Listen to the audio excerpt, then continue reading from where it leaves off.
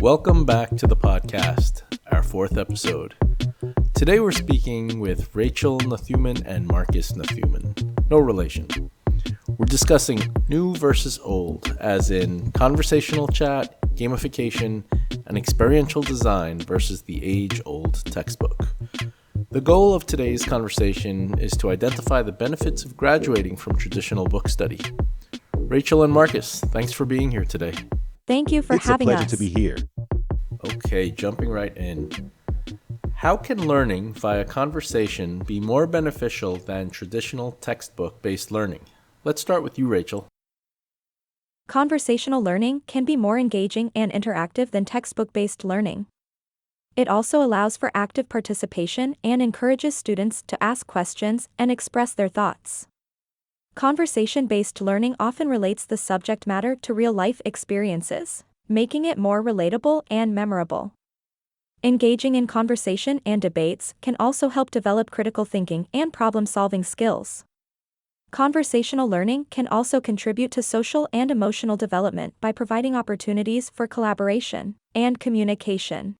Yeah, that totally makes sense to me. I tend to retain more from a conversation than I do from a page in a book or a lecture. Okay, so as a lifelong gamer, I'm very curious about your answer to this question. How might learning via a gamified experience be more beneficial than traditional textbook learning? Gamified learning, like conversation-based learning, can be more engaging and entertaining, keeping students motivated and focused. Gamified experiences encourage active learning through problem-solving and decision-making, making the learning process more hands-on. Gamified learning often provides immediate feedback, allowing students to quickly see their progress and adjust their approach. Gamified learning can simulate real-world scenarios, helping students understand and apply concepts in a practical setting.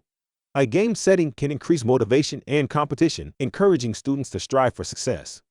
The interactive and immersive nature of gamified learning can enhance memory retention and recall of information. Gamified experiences can help develop important skills such as teamwork, strategy, and critical thinking. Okay, that all sounds really valuable. Let's extend the question now from gaming to the metaverse. The metaverse is lovingly known to many as Web3 and touted as the next internet, a layer of society where we'll be working and playing. Can education in an experiential metaverse, for example, a game with conversational characters and clear study objectives built into playable quests, can it be more beneficial to a young student when compared to traditional textbook-based learning? Clear objectives and playable quests encourage active learning and problem-solving, making the learning process more hands-on. Other benefits mirror the previous answer to your question about gamified experiences, including immediate feedback, real-world application, increased motivation towards success, skills development, strategy, and critical thinking.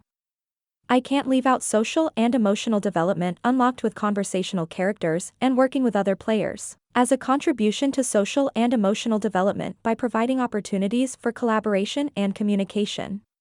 Oh, I almost forgot to mention memory retention. Social and emotional development. I'd like to double-click into that. Maybe this one's for you, Marcus. How important is social and emotional learning to the education of young people? Social and emotional learning, also known as SEL, is highly important for the education of young people. Here are a few reasons why. Firstly, life skills development. SEL helps students develop life skills such as self-awareness, empathy, and resilience, which are essential for success in life. Secondly, improved academic performance.